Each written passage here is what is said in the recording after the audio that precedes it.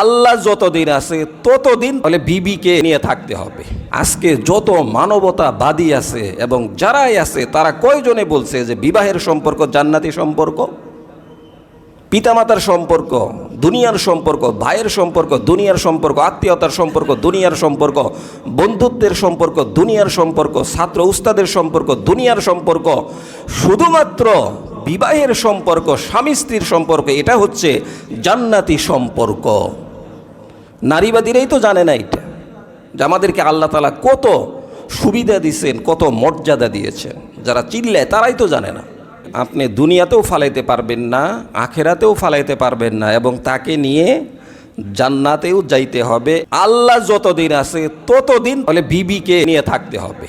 আজকে আমাদের সমাজে বিবাহকে কঠিন করে ফেলা হয়েছে, আর জিনা ব্যভিচারকে সহজ করা হয়েছে। জিনা ব্যভিচার করা এখন সহজ, কিন্তু বিবাহ করা কঠিন। এটা সামাজিক এমন একটা ব্যবস্থাপনা আমাদের দেশে শুরু হয়েছে যে বিবাহ করতে গেলে অনেক শর্ত শরায়েত, রিক্রুটমেন্ট, অনেক কিছু, আর জিনা করতে গেলে একদম সহজ। এটা তো মুসলিমদের জন্য কখনো এটা কাম্য হতে পারে না। বিবাহ এটা নবী যারা ছিলেন, রসুল যারা ছিলেন, তারাও বিবাহ করছেন। রসুলকে কাফেররা বলতো মা লিহাদার রসুল ইয়াকুলু তুআম ওয়া ইয়ামশি ফিল আসওয়াক, যেটা কেমন রসুল, যেই রসুল বাজার করে, খাবার খায়, সব কিছুই করে, বিবাহ করে, সব কিছুই করে, এটা কেমন?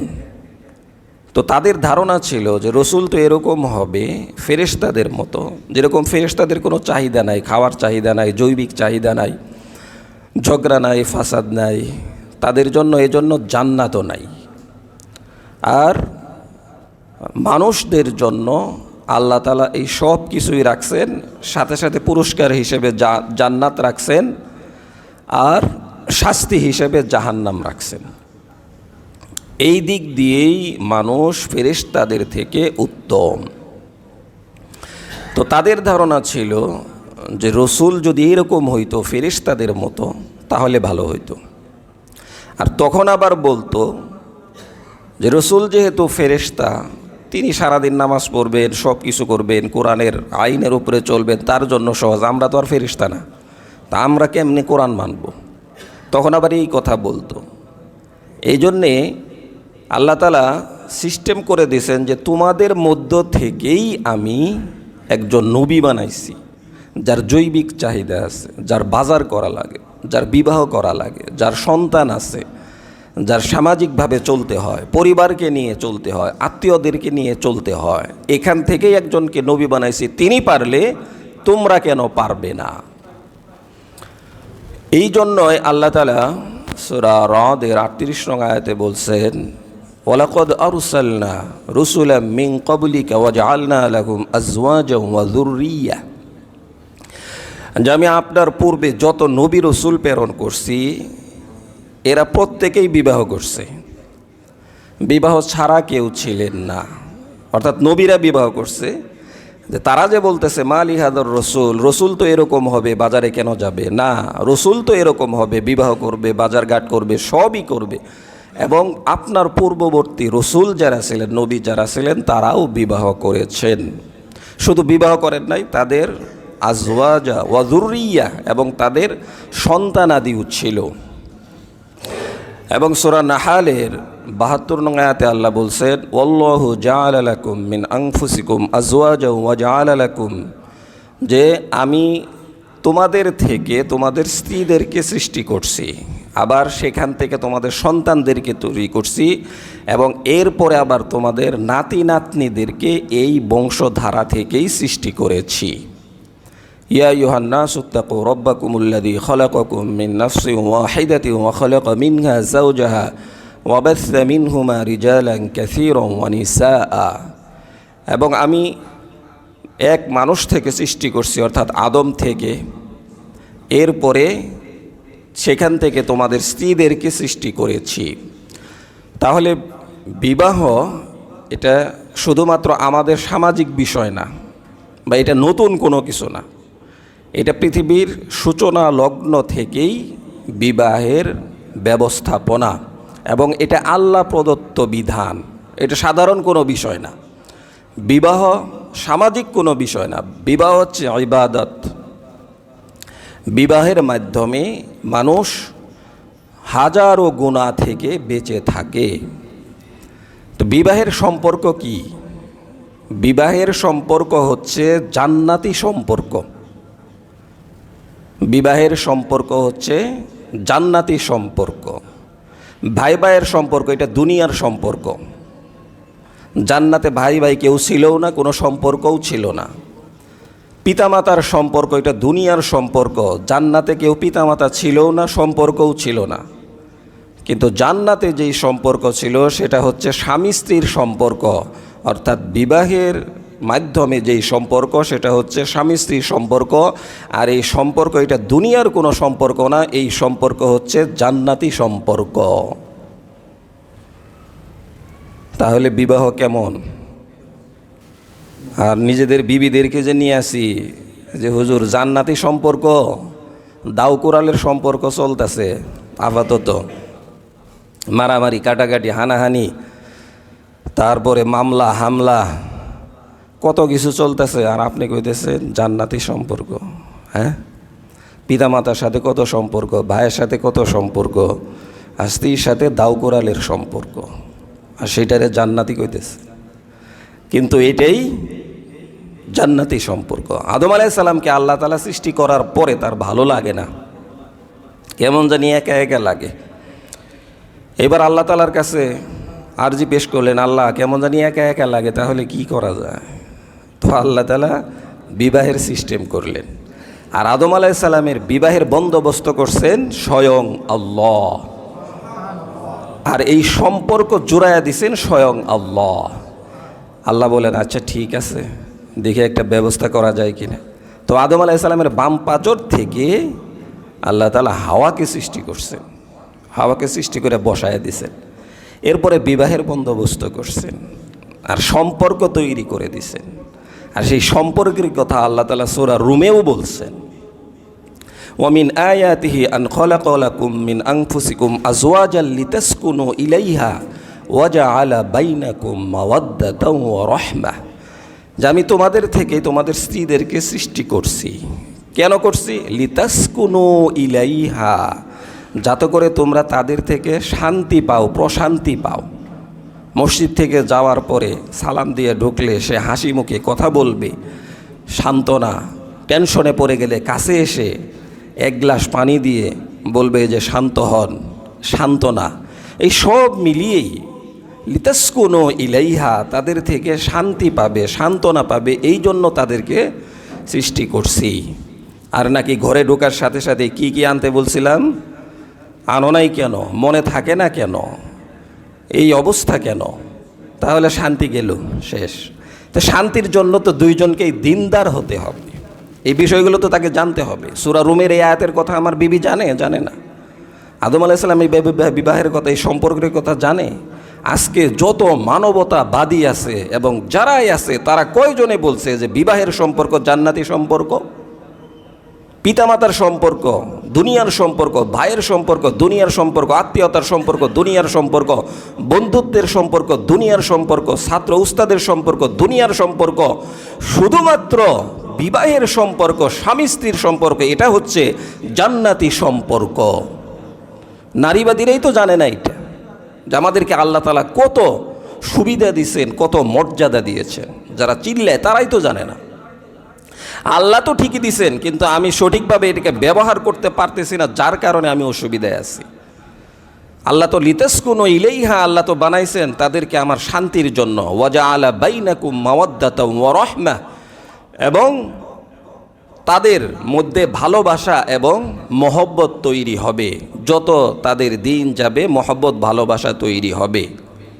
আর আমাদের কি হয়, যত দিন যায় তত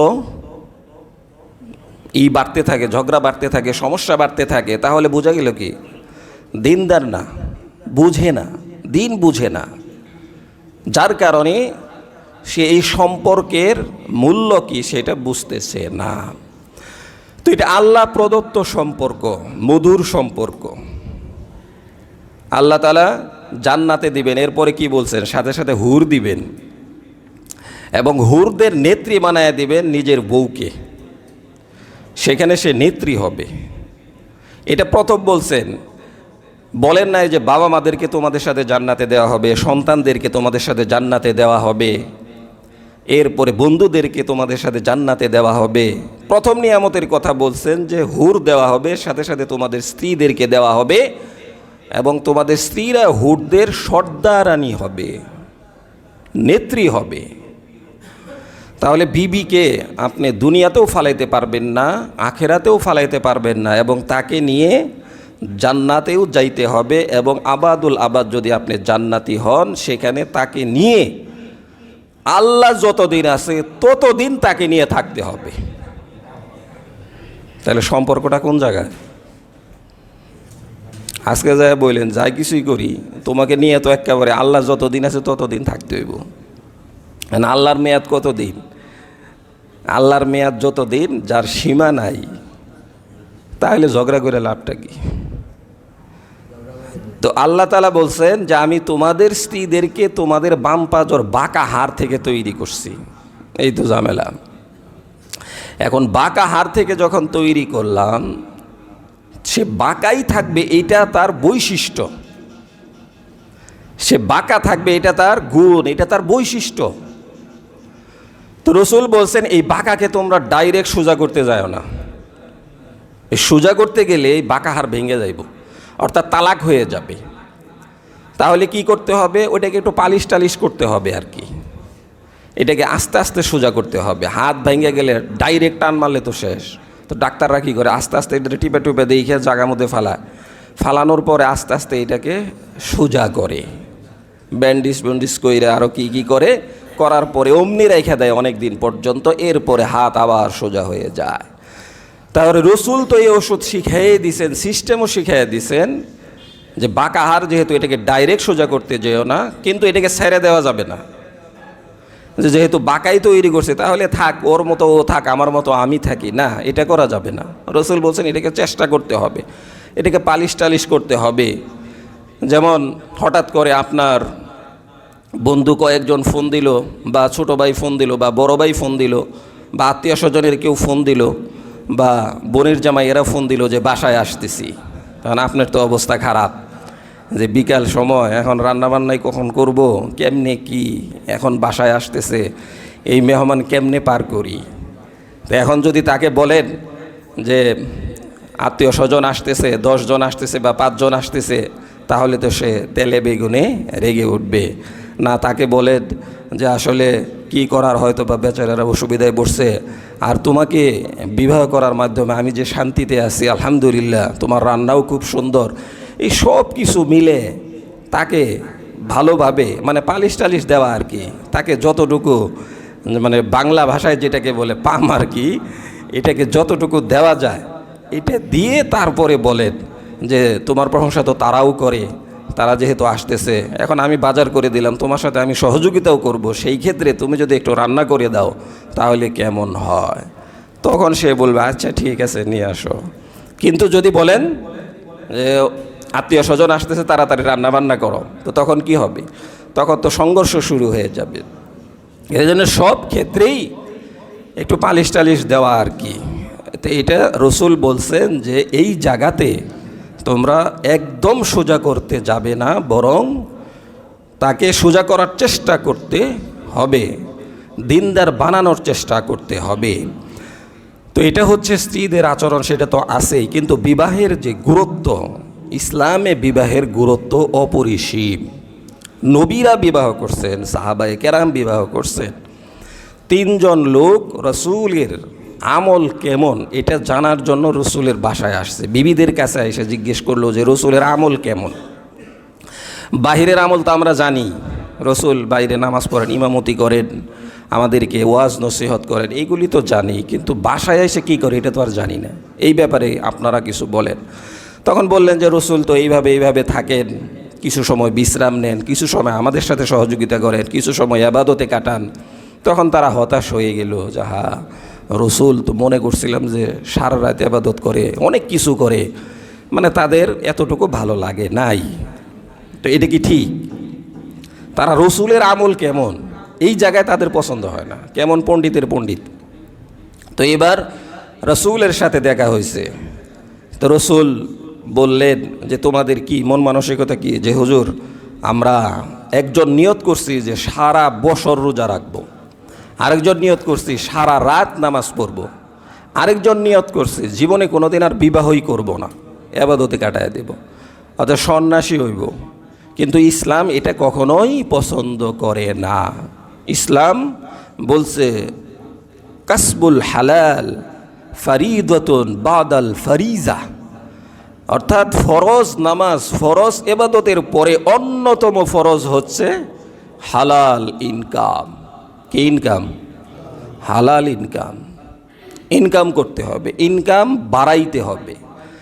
খরচ বাড়তেছে না কমতেছে? বাড়তেছে। তো খরচ যেহেতু বাড়তেছে, ইনকামও বাড়াইতে হবে। তো রসুলও এই ব্যাপারে উৎসাহ দিছেন যে সমস্ত ফরজের পরে অন্যতম ফরজ হচ্ছে হালাল ইনকাম। তো এখন হালাল ইনকাম যেহেতু অন্যান্য ফরজের পরেই গুরুত্বপূর্ণ একটা, এটাও ইবাদত, সেই জায়গাতে সব কিছু বাদ দিয়ে মসজিদে পড়ে থাকা, সেই জায়গাতে সব কিছু বাদ দিয়ে জঙ্গলে জঙ্গলে ঘোরা, এটা মুহাম্মদী উম্মতের সিস্টেম না, এটা খ্রিস্টানদের সিস্টেম। তারা ওই যে বিভিন্ন গির্জায় দেখবেন ব্রাদার থাকে, তারপরে তাদের যারা গুরু থাকে, তারা এগুলি করে বিবাহ টিবাহ বাদ দিয়ে ওইখানেই থাকে। কিন্তু এটা ইসলামের সিস্টেম না। বৈরাগ্যবাদ, সন্ন্যাসী, এটা ইসলামের সিস্টেম না। এই জন্যই তো রসুল আগেই বলছেন যে আমি বিবাহও করি, আমি নামাজও পড়ি, রোজাও রাখি, সবই করি। তো রসুল সাল্লাল্লাহু আলাইহি ওয়াসাল্লাম বলছেন যে আমি বিবাহ করি, তো তুমি কেন বিবাহ করবে না? আমি সারা রাত নামাজ পড়ি না, আমিও নামাজ পড়ি, তুমিও এরকমই করবে। আর আমি যে রোজা রাখি সৌমে বিশাল 5 দিন 6 দিন লাগাতার, আল্লাহ তাআলা তার তরফ থেকে জান্নাতি খাবার আমাকে খাওয়ান, এই জন্য এটা আমি পারি, তোমরা পারবে না। তো রসুলের আমল কেমন ছিল? রসুল সবই করছেন, সবই করতে হবে। সব মানে হারাম না, হারাম বাদ দিয়ে হালাল যা আছেন সব করছেন। তো এই জন্য রসুল বলছেন না বিবাহ করবে না, কেন? বিবাহ করতে হবে। ওয়ানকিহুল আয়ামা মিনকুম ওয়াসসালিহিনা মিন ইবাদিকুম ওয়া ইমাইকুম ইন ইয়াকুনু ফুকারা আয়ুগনিহিমুল্লাহু মিন ফাদলিহি। সূরা নূর। আল্লাহ তাআলা বলছেন যে তোমাদের মধ্যে যারা বিবাহ করো নাই এবং দাস দাসী যারা আছো, যারা বিবাহ করো নাই, তোমরা যদি অসহায় হও, গরিব হও, তাহলে কি করো? বিবাহ করো। কথাটা উল্টো হইল না? তোমরা যদি ধনী হও তাহলে বিবাহ করো, তোমরা যদি নিজের পায়ের উপরে দাঁড়াও তাহলে বিবাহ করো, তোমরা যদি স্টাবলিশড হও তাহলে বিবাহ করো। এইটা না বলবে না তো কোরআন কি বললো? এইটা কোরআন বলছে ওয়ানকিহুল আয়ামা মিনকুম ওয়াসসালিহিনা মিন ইবাদিকুম ওয়া ইমাইকুম ইন ইয়াকুনু ফুকারা। ফুকারা মানে ফকির, গরিব যদি হও। ইন ইয়াকুনু ফুকারা আয়ুগনিহিমুল্লাহু মিন ফাদলিহি, ওই গরিব অবস্থায় যদি তুমি বিবাহ করো, আয়ুগনিহিমুল্লাহু মিন ফাদলিহি, আল্লাহ তাআলা নিজের অনুগ্রহে তোমাকে ধনী বানিয়ে দিবেন। তাহলে ধনী হওয়ার সিস্টেম কি? বিয়ে করা। ধনী হওয়ার সিস্টেম বিবাহ করা। আর আমরা মনে করি কি যে বিবাহ করলে কি হয়ে যাব? গরিব হয়ে যাব। আগে ধনী হয়ে লই, তারপরে বিবাহ করব। আগে নিজের পায়ে দাঁড়িয়ে নেই। আপনি কার পায়ে দাঁড়িয়ে আছেন? নিজের পায়ে তো দাঁড়িয়ে আছেন। সামাজিক স্টাবলিশড এটা কোন পর্যন্ত? কয় কোটি টাকা থাকলে, কয়টা বাড়ি থাকলে, কয়টা ফ্ল্যাটের মালিক থাকলে, কোন পর্যন্ত শিক্ষা অর্জন করলে আপনি স্টাবলিশড, এরপরে আপনি বিবাহ করবেন। এটা কোন পর্যন্ত? এটা সীমা কি? এটা সীমা আছে? এটার কোনো সীমা নাই। যার একটা আছে তার 2টা দরকার, যার যা আছে তার আরও দরকার। এরপরে সে মনে করে এখন আমি কিছুটা সামাজিকভাবে একটা পর্যায়ে পৌঁছেছি, এখন বিয়ে করতে হবে না। এই জন্য আল্লাহ বলছেন যদি তুমি গরিব হয়ে থাকো সেই ক্ষেত্রে বিবাহ করো, তাহলে আমি তোমাকে নিজ অনুগ্রহে, অর্থাৎ আমার অনুগ্রহে, আমার দয়ায়, আমার মেহেরবানিতে তোমাকে ধনী বানিয়ে দিব। তো এই জন্য এই কথা বলা যাবে না যে এখনও সময় হয় নাই, এখনও টাকা পয়সা নাই, এখনও চাকরি নাই, এই সব কিছু এগুলি বলে এটা থেকে দূরে থাকা যাবে না। কারণ বিবাহ যত দেরি হবে, সামাজিক অবক্ষয়, জিনা ব্যভিচার তত বাড়বে। আজকে বিবাহ কম, কিন্তু জিনা ব্যভিচার বেশি। বিবাহের উদ্দেশ্যই তো ছিল জিনা থেকে নিজের জীবনকে বাঁচানো, গুনাহ থেকে নিজের জীবনকে বাঁচানো। এখন এটা যদি অন্য জায়গায় হয় তাহলে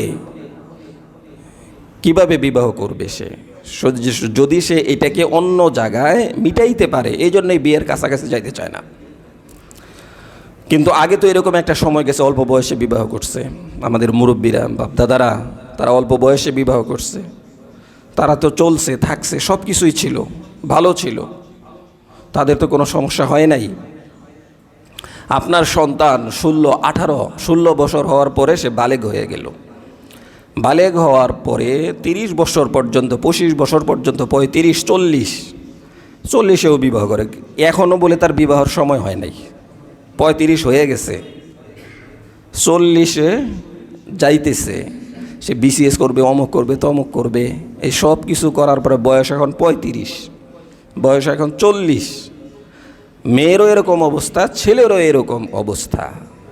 এখন আপনি আসেন যে 16 থেকে নিয়ে 35, 40 পর্যন্ত, 25 পর্যন্ত, 30 পর্যন্ত যেই গুণাগুলি তার দ্বারা হয়েছে, এই গুনার ভাগ কে নিবে? এই গুনার ভাগ প্রত্যেকটা পিতামাতার অংশীদারিত্ব হিসেবে এর ভাগ নিতে হবে। আপনার বাবা যদি আপনাকে বিবাহ করিয়ে না থাকে, আপনি যেই গুণাগুলি করতেছেন সেই গুনার একটা ভাগ অবশ্যই আপনার পিতার কাঁধে যাবে, অবশ্যই যাবে, এতে কোনো সন্দেহ নাই। আপনি যদি বাবা থাকেন, আপনি খেয়াল করেন যে আমার সন্তান কি কি গুনাহ করতেছে, এই গুনার ভাগ আমার কাঁধে আসতেছে, এই জন্য বিবাহ করার দরকার কি না।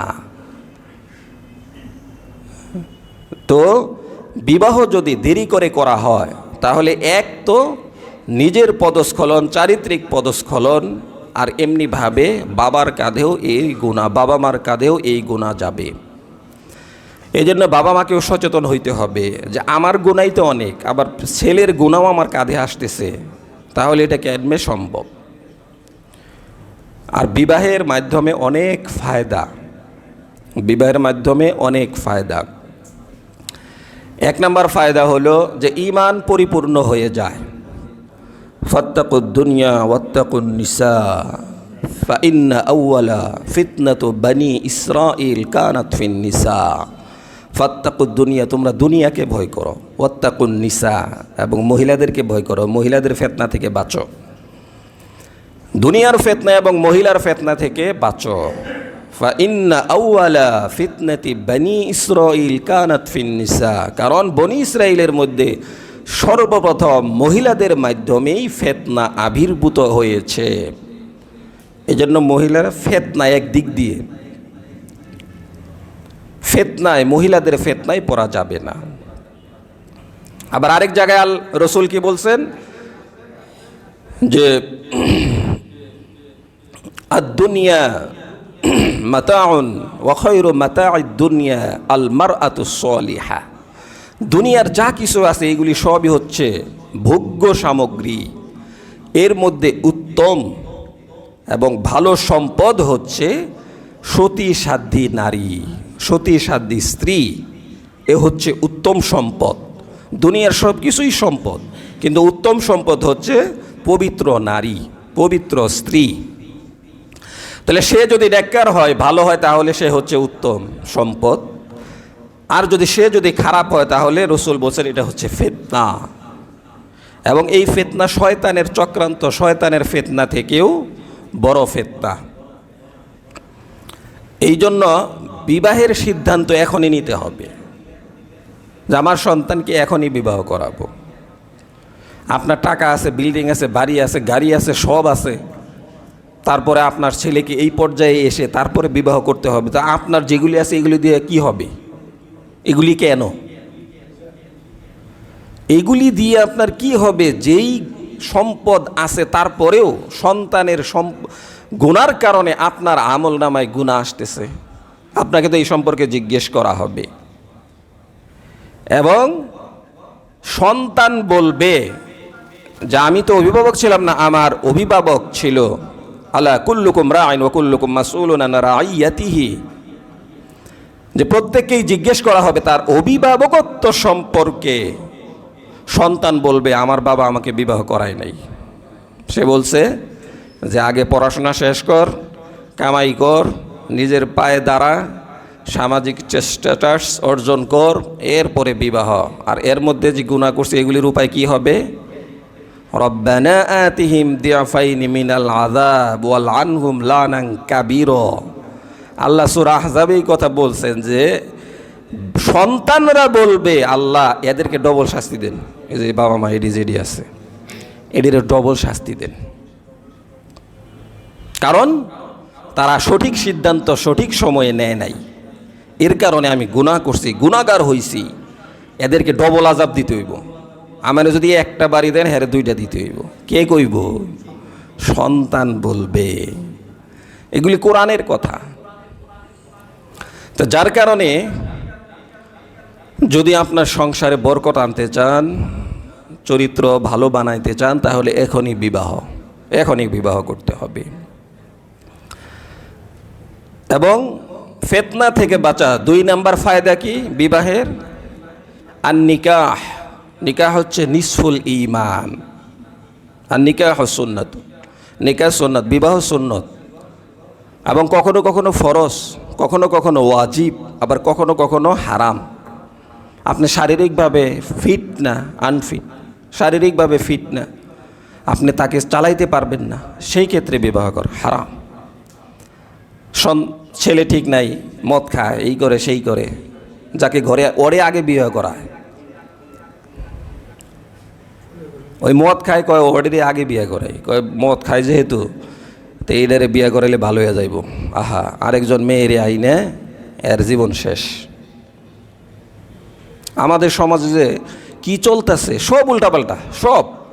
এই জন্যেই ঘরে ঘরে অশান্তির শেষ নাই। বিয়ে করানোর 2 দিন পর থেকে অবস্থা খারাপ, ওই যে আসল জায়গা তো ঠিক রাখে না। রসুল বলছেন যে বিয়ে করো তাহলে অর্ধেক ঈমান হয়ে গেল, আর অর্ধেকের জন্য আল্লাহকে ভয় করো, তাহলে ঈমান তোমার কমপ্লিট। তাহলে ঈমান কেমনে কমপ্লিট হবে? অর্ধেক আল্লাহর ভয় আর অর্ধেক বিবাহ, তাহলে পুরা ঈমান কমপ্লিট। এই জন্য বিবাহ করতে বলছেন। তো এইগুলি হচ্ছে বিবাহের ফায়দা। এবং কাকে বিবাহ করতে হবে? তুনকাহুল মারআতু লিআরবাঈন, যে 4টি বিষয়কে লক্ষ্য রেখে বিবাহ করো, পাত্রপাত্রী খুঁজো 4টি বিষয়কে লক্ষ্য রেখে। লিমালিহা, সম্পদ দেখে, ভালো হয়েছে, বাড়ি গাড়ি দেখে, রসুলেই কইছে। লিমালিহা ওয়ালি হাসাবিহা, বংশ দেখে। ওয়া জামালিহা, সৌন্দর্য দেখে, সৌন্দর্য কেমন, সুন্দর কেমন। ওয়ালি দীনিহা, দিন দেখে। শেষে আবার রসুল বলছে ফাআজফার বিযাতি দ্বীন, দিনকে প্রাধান্য দাও। সম্পদের উপরে দিনকে প্রাধান্য দাও, সৌন্দর্যের উপরে দিনকে প্রাধান্য দাও, বংশের উপরে দিনকে প্রাধান্য দাও। আর যদি এই কাজ না করো, তারিবাত ইয়াদাক, তোমার হাত তুমি নিজে ধুলায় দূষরিত হও। অর্থাৎ মাটি খাও। খালি সৌন্দর্য দেখে বিয়ে করছো, দিনদারিত্ব নাই, মেয়ে নামাজ পড়ে না, ছেলে নামাজ পড়ে না, এর কাছে বিয়ে দিছো বাড়ি দেখে, তাহলে মাটি খা। তো রসুলের কথা তো সবই সত্য, এটা হবেই। আমি যতই পাশ কাটায় যাইতে চাই, চোখ বন্ধ করে থাকতে চাই, কাজ হইব না, এটি হবেই। তুনকাহুল মারআতু লিআরবাঈন লিমালিহা ওয়ালি হাসাবিহা ওয়া জামালিহা ওয়ালি দীনিহা ফাআজফার বিযাতিদ দীন তারিবাত ইয়াদাক। যে বিবাহ করা হয় 4টা জিনিস দেখে। একটা হচ্ছে সম্পদ, 2 নাম্বার হচ্ছে বংশ, 3 নাম্বার হচ্ছে সৌন্দর্য, 4 নাম্বার হচ্ছে দিন। তো তোমরা দিনকে প্রাধান্য দাও, সম্পদের উপরে দিনকে প্রাধান্য দাও, বংশের উপরে দিনকে প্রাধান্য দাও, সৌন্দর্যের উপরে দিনকে প্রাধান্য দাও, তাহলে তুমি কামিয়াব হয়ে যাবে, অন্যথায় তুমি মাটি খাবে। তো আজকে আপনি সম্পদ দেখে করেন, কোনো সমস্যা নাই। অনেক সম্পদ আছে, বাড়ি 2টা আছে, একটা না, কিন্তু দিনদারি আছে, তাহলে বিয়ে করেন। বংশ ভালো, দিনদারি আছে, বিয়ে করেন। বিয়ে দেন, বিয়ে করেন। সৌন্দর্য আছে, বিয়ে দেন, বিয়ে করেন, যদি দিন থাকে সাথে সাথে। আর যদি দিন না থাকে, খালি বংশ, সে তো পরের দিনই কইব, এই গোলামের পুত গোলাম, তুই কোন বংশের? আমি তো চৌধুরী বংশের। লাগলো, এটা বলবে কি না? কারণ তার মধ্যে তো দিনদারিত্ব নাই। সে যদি তার মধ্যে দিনদারিত্ব থাকতো, তাহলে সে মুখে লাগাম দিত যে না, আমি দিনদার, আমি আমার স্বামীকে এই ধরনের কথা বলতে পারি না। যেহেতু দিনদারিত্ব নাই, প্রথমেই কথা কইব। যদি শুধু সৌন্দর্য থাকে, আরে তুমি তো কালো মার্কা, বাপে কইছে দেখে না বিবাহ বসছি, নইলে আমার মতো মেয়ে সমাজের, আমাদের এলাকার 10 জন যুবক আমার পিছে পিছে ঘুরছে, তোর মতো কালার কাছে বিবাহ বসছি, শেষ। দিনদারিত্ব নাই যে। আর যদি দিনদারিত্ব থাকতো, তাহলে বলতো যে এই কথা আমাকে জাহান্নামে নিয়ে যাবে, এই কথা আমি স্বামীকে বলতে পারি না। সৌন্দর্য থাকার পরেও যদি দিনদারিত্ব থাকতো। আর মাল আছে, যে তুমি তো ফকির, ঢাকায় কৈকেতে কি করে আসছো, ফকির, আমার বাপের তো এক বাড়ি আছে, এক ফ্ল্যাট আছে, তো এটা নিয়ে সে গর্ব করবে, অহংকার করবে, যদি দিনদারিত্ব না থাকে। আসলে এই সম্পদ দিয়ে কি হয় আল্লাহই জানে। শ্বশুরবাড়ির সম্পদ দিয়ে কে কী করছে, কেউ হয়তো বা করছে। তারপরে নিজে অনেক টাকার বাড়িওয়ালার কাছে, আমার জানা মতে যতটুকু আমি অত্র এলাকায় কিছু কিছু ঘটনা জানি, যে শুধুমাত্র বাড়িওয়ালারা আবার মাইন্ড করেন না, মানে বাড়িওয়ালা বলতে টাকা বুঝাইতেছে আর কি, বা অনেক টাকাও আছে, টাকা দেখে বিবাহ দিছে।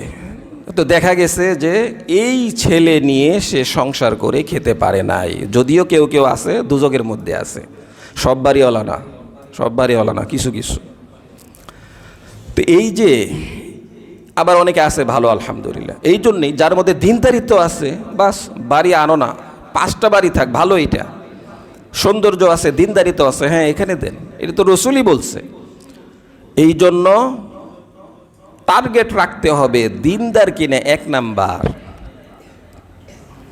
আব্দুল্লাহ ইবনে মুবারক রহমাতুল্লাহি আলাইহি, তিনি এক বাগানের মালিক ছিলেন। ওই বাগানের যে মালিক ছিল, তিনি একদিন জিজ্ঞেস করলেন যে আমি একটু টেনশনে আছি, মসজিদের রুমাল যাচ্ছে গত সপ্তাহে 6,900, মানে 7,000, কমে না যেন বাড়ে ইনশাল্লাহ। এই জন্য প্রত্যেকেই পকেটে হাত দেই, মসজিদের রুমাল যাচ্ছে। তো বাগানের মালিক তিনি টেনশনে আছেন। তো মালিক সে দিনদার, তো দিনদার হওয়ার কারণে তাকে জিজ্ঞেস করলো, মালিককে জিজ্ঞেস করছে যে হুজুর আপনি টেনশন কিসের? হয়তো আমার তো মেয়ে আছে, মেয়ে বিবাহ দিতে হবে, এই জন্য টেনশনে আছি, ছেলে খুঁজে পেতেছি না। মেয়ের বাবার এরকম টেনশন আছে কি না? অনেক টেনশন, কঠিন টেনশন। মেয়েদের বাবা আমাদের সমাজে মনে হয় কন্যা দায়গ্রস্ত পিতার করুণ কাহিনী। কেন? কিসের কন্যা দায়গ্রস্ত? আপনি দিনদার খোঁজেন, তাহলে তো আর কন্যা দায়গ্রস্ত না। আপনি তো কুফু মিলাইতে পারতেছেন না। ইসলামের মধ্যে কুফু হচ্ছে অন্যতম একটা বিষয়। স্ট্যাটাস, এই স্ট্যাটাস কি? এর 2টা থাকলে বাড়ি, আমার 2টা থাকতে হবে, এইটার মিল না। দিনদারিত্বের স্ট্যাটাস, কুফু, সামঞ্জস্য দিনদারিত্বের ক্ষেত্রে। তো এইটা যখন দেখি না, তখনই সমস্যাটা হয়। তো বলছেন যে টেনশনে আছি। ওয়াইদা বুশিরা আহাদুকুম বিল উনসা যাল্লা ওয়াজহুহু মুসওয়াদ্দান ওয়া হুয়া কাযীম। জাহিলি যুগে যখন কাউকে কন্যা সন্তানের সুসংবাদ দেওয়া হতো, সে কপাল ঘুষ করে ফেলতো যে হায় হায় আমার কন্যা সন্তান হইছে। কন্যা সন্তানকে লালন পালন করতে গেলে সমাজের যুবকরা ডিস্টার্ব করবে, বিবাহের ক্ষেত্রে আমাকে অন্যের কাছে মাথা নত করতে হবে। বিয়েই সব সময় খুঁটা দিবে, আরে এ তো মেয়ের বাবা, এ তো মেয়ের মা, তাহলে এদের সম্মান, এদের আত্মীয়তা এত ভালো না, এদেরকে এত সম্মান করতে হবে না, কারণ সব সময় তারাই সম্মান করবে। এটা যদিও আমাদের বাঙালি সমাজে আছে, কিন্তু আসলে কিন্তু ইসলামের বিধান এটা নয়। কন্যার বাবাই কি আর ছেলের বাবাই কি? সবারই সমান অধিকার, সবারই সম্মান, মর্যাদা হচ্ছে ইসলামে এক। এটা জানি না দেখেন এই কথা বলি। রাসূল সাল্লাল্লাহু আলাইহি ওয়াসাল্লাম কন্যার বাবা ছিলেন, 4 কন্যার বাবা ছিলেন, রুকাইয়া, জয়নব, উম্মে কুলসুম এবং ফাতেমা। উসমান রাদিয়াল্লাহু তাআলা আনহুর কাছে 2 জনকে বিবাহ দিয়েছিলেন, একজন মরার পরে আরেকজন। জিন্নুরাইন উসমান রাদিয়াল্লাহু তাআলা আনহু। নবীজি বলছেন, আরো যদি কন্যা থাকতো তাহলে আমি উসমানের কাছে আবার বিবাহ দিতাম, যদি সুযোগ থাকতো। এত ভালো ছিলেন, আল্লাহকে ভয় করতেন, এত লাজুক ছিলেন উসমান রাদিয়াল্লাহু তাআলা আনহু যে ফেরেশতারাও লজ্জা পায় উসমান রাদিয়াল্লাহু তাআলা আনহুর লজ্জা দেখে। তো রাসূল সাল্লাল্লাহু আলাইহি ওয়াসাল্লাম কন্যাদের পিতা ছিলেন, এবং রাসূল কি বলছেন? রাসূল বলছেন, যার 1 কন্যা তার 1 জান্নাত, আর কন্যাদের পিতারা আমার সাথে জান্নাতে থাকবে। তাহলে এটা ভালো না খারাপ? রাসূল তো বলেন নাই ছেলেদের পিতারা আমার সাথে জান্নাতে থাকবে। সমস্ত আমল ভালো, শুধুমাত্র কন্যা সন্তান আছে, এর কারণেই হচ্ছে এই মর্যাদা। রাসূলের সাথে জান্নাত, 2 কন্যা থাকলে 2 জান্নাত, 3 কন্যা থাকলে 3 জান্নাত। এইবার ছেলের আশা করতে করতে কন্যা 9টা, তাও সমস্যা নাই, আল্লাহর কাছে দিতে কোনো সমস্যা নাই। কিন্তু যে 9টার পরে ছেলে হয়েছে, ওই ছেলে বুঝাই দিছে যে ছেলে কাকে বলে, বুঝতে হবে। আল্লাহ যা দিছে কি আলহামদুলিল্লাহ, ইয়াহাবু লিমান ইয়াশাউ ইনাসা ওয়া ইয়াহাবু লিমান ইয়াশাউ যুকুর। আমি যাকে ইচ্ছা সন্তান দেই, যাকে ইচ্ছা সন্তান দেই না, আর যাকে ইচ্ছা ছেলে দেই, যাকে ইচ্ছা মেয়ে দেই, আর যাকে ইচ্ছা কিচ্ছু দেই না। এটা আমার সিদ্ধান্ত। তাহলে যে আমার যে মেয়ের বাপ বানাইছে, সিদ্ধান্ত কার? আল্লাহ। তো ভয় কিসের, টেনশন কিসের? আমি একটু ধৈর্য ধরবো। রাসূল সাল্লাল্লাহু আলাইহি ওয়াসাল্লাম ধৈর্য ধরছেন। আবুল আহাবের ছেলের কাছে রসুলের মেয়ের বিবাহ, তালাক দিছে, কত বড় খাটাস। রসুলের মেয়েকে তালাক দিছে, রসুলের কলিজা ছিঁড়ে শেষ হয়ে গেছে। এবং রসুল বলছেন যে আল্লাহ কোনো একটা বাঘকে তাদের উপরে সাওয়ার করে দেন, আবুল আহাব এবং এদের পুত্রদের উপরে। বাঘ এসে খেয়ে ফেলছে, কষ্টে বলছেন। তো রসুলই তো মেয়েকে নিয়ে কষ্ট করছেন, তার মানে আমাদের কষ্ট করতে হবে তা না, এটা সান্ত্বনা। এই জন্যে মেয়ের বাবাদেরকে ঘাবড়ানো যাবে না যে মেয়ে হয়েছে কি করব, না, মেয়ে হয়েছে আপনি জান্নাতে। মেয়ের ব্যাপারে সুসংবাদ, কন্যা সন্তান আর ছেলে সন্তান অনেক তফাৎ। এই জন্যেই সব বাবারা, সব কন্যারাই বলে ভাইয়ের থেকে বাবা আমাকে বেশি ভালোবাসে, তাই। এবং সব বাবাই মেয়েদেরকে বেশি ভালোবাসে, এবং ভালোবাসা এটা শেষ পর্যন্ত থাকতে হবে। ভালোবাসলাম ঠিক আছে, বাড়ি ছেলের নামে লিখে দিলাম, মেয়েরে বললাম তোর জন্য দোয়া করে দিলাম, যা, এটা ভালোবাসা? এই জায়গায়ও ভালোবাসা ঠিক রাখতে হইব। আব্দুল্লাহ ইবনে মুবারক রহমাতুল্লাহি আলাইহির ঘটনা বলতেছিলাম, যে তিনি বললেন টেনশন কিসের? কয় টেনশন মেয়ের বাবা যেহেতু। কয় না, কোনো টেনশন নাই। আপনি যদি মাল দেখে বিবাহ দেন তাহলে ইহুদিদের কাউকে বেছে নেন ছেলে হিসেবে, আর আপনি যদি সৌন্দর্য দেখে বিবাহ দিতে চান তাহলে খ্রিস্টানদের কাউকে বেছে নেন। কারণ ইহুদিরা মাল দেখে বিবাহের ক্ষেত্রে, খ্রিস্টানরা সৌন্দর্য দেখে। আর আপনি যদি মুহাম্মদি তরিকায় সুন্নতি কায়দায় বিবাহ দিতে চান তাহলে কোনো দিনদার ছেলেকে বেছে নেন। সহজ হয়েছে না কঠিন? মাপের জায়গাটা খুবই সহজ হয়ে গেছে এখন। তাহলে হয়রান কি হওয়ার কি আছে, যে আমি দিনদার দেখব, দিনদারি দেখে বিবাহ দিয়ে দিব। এখন আবার দিনদারির মধ্যে কিন্তু আবার ঝামেলা আছে। একেবারে আমার মতো রুমাল, এরকম দাড়ি, এরকম একটা জুব্বা না, আবার এটা যে হবে না তাও না, নাকি? আমি যদি মনে করি যে না এটার মধ্যে না, এটার মধ্যে ঝামেলা কম, 100 জনের মধ্যে 10 জন খারাপ, 90 জন ভালো, আর এটা সারা যারা 100 জনের মধ্যে 10 জন ভালো, 90 জনই খারাপ, এটা আবার বুঝছেন? অর্থাৎ আপনাকে চৌকান্ন থাকতে হবে। কয়দিন আগে বাথরুমের মধ্যে ধরা খাইছে এক নারী হিন্দু ছেলেকে নিয়ে। এগুলি কারণ কি? বিবাহ না হওয়ার কারণ। আপনার মেয়ে কোথায় যাচ্ছে, ছেলে কোথায় যাচ্ছে, আপনার খবর আছে? আমার মেয়ে কোথায় গেল, ছেলে কোথায় গেল, এগুলির ব্যাপারে আপনাকে খোঁজ খবর দিতে হবে।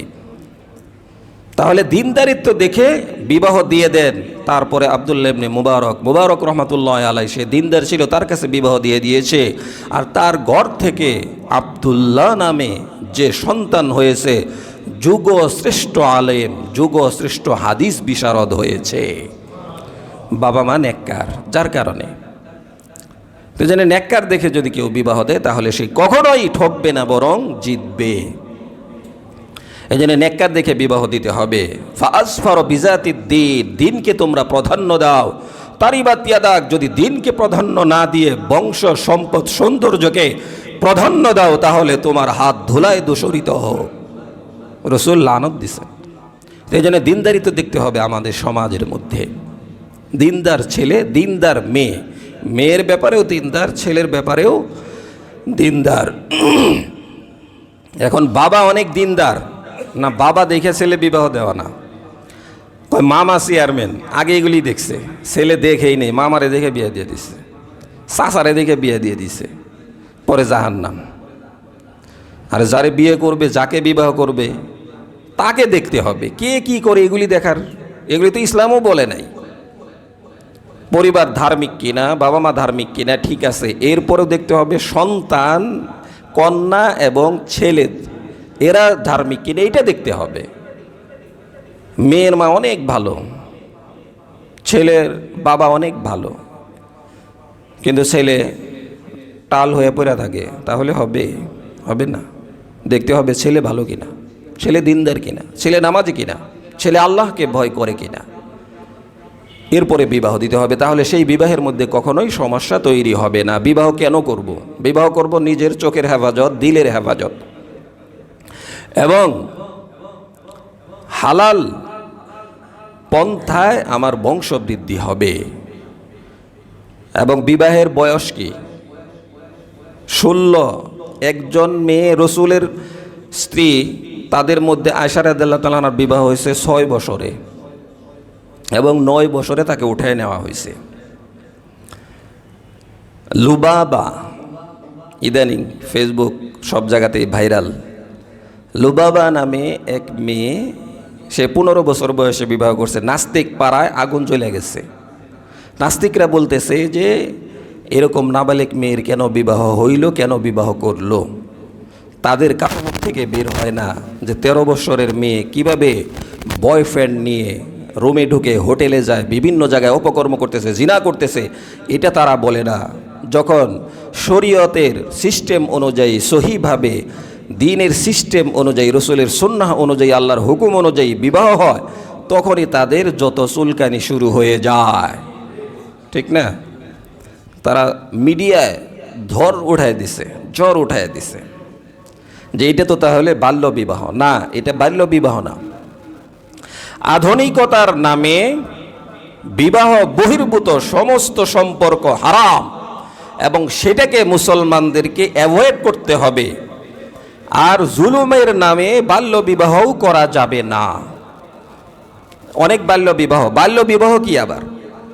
অর্থাৎ কম বয়সে যদি কোনো কারণে বিবাহ দেয়, জুলুম হবে ওই মেয়ের উপরে। খাইতে পড়তে দিতে পারতেছে না, বিবাহ দিয়ে দিল, বা এমন ছেলের কাছে গোছায় দিল, বা টাকার কারণে দিল, এই ধরনের এগুলি করা যাবে না। দিন দেখে মানে স্বাভাবিকভাবে যদি বিবাহ দেয় তাহলে এটা বাল্য বিবাহ বলতে ইসলামে কোনো সমস্যা নাই। এই জন্য অবশ্যই আমাদেরকে খেয়াল রাখতে হবে যে বিবাহ তাড়াতাড়ি করতে হবে। বিবাহ তাড়াতাড়ি করলেই ফায়দা, দ্বীনের ফায়দা, ইমানের ফায়দা, সব দিক দিয়েই ফায়দা। আর যদি বিবাহ দেরিতে করি তখন ওই হচ্ছে সকল সমস্যা। এই জন্য যুবক ভাই যারা আছি, অভিভাবক যারা আছি, তাদেরকেও সিদ্ধান্ত নিতে হবে, যুবক ভাই যারা আছি তাদেরকেও সিদ্ধান্ত নিতে হবে যে আমরা তাড়াতাড়ি বিবাহ করব, সামর্থ্য অনুযায়ী তাড়াতাড়ি বিবাহ করব। কারণ এটা আল্লাহর হুকুম, রাসূলের সুন্নাহ। বিবাহ করলে অনেক গুনাহ থেকে বেঁচে থাকা যায়। এবং বিবাহের ক্ষেত্রে অবশ্যই দিনদারিত্বকে খেয়াল রাখতে হবে। এটা যদি আমি সামনে রাখি তাহলে সকল সমস্যা থেকে আমি বেঁচে যেতে পারি।